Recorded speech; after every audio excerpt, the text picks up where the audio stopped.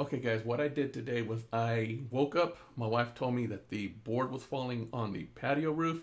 I had to go out there and repair it, took a look at it.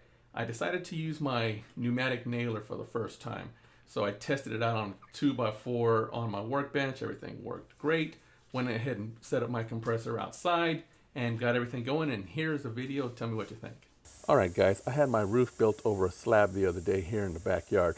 When I bought this house, it didn't come with a slab as large as it is now, and it didn't come with a roof over it.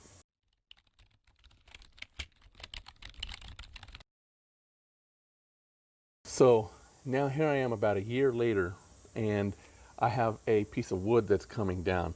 I guess the wood just swelled over time and the nails kind of pulled itself out. This is tongue and groove, so I don't want to use large nails. What I'm going to do is I'm going to use a pneumatic nail gun and just nail it back up. Something really simple. I've never used it before. I say it's really simple, but we're going to go ahead and see how this is done. All right, so what you see me doing now is I'm clipping the actual nails off.